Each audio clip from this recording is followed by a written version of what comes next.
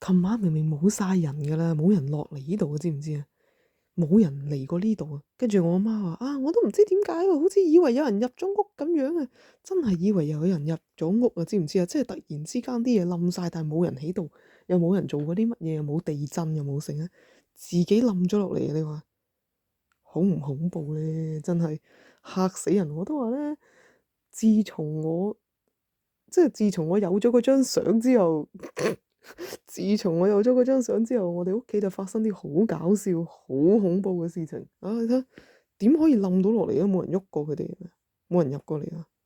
係咪嚇死你咧？哦，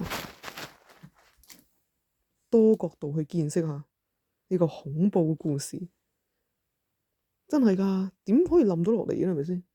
我喺上邊又冇乜嘢，樓下又冇乜嘢咩？琴晚一整晚啊，真係有個隱形人嚟打劫啊！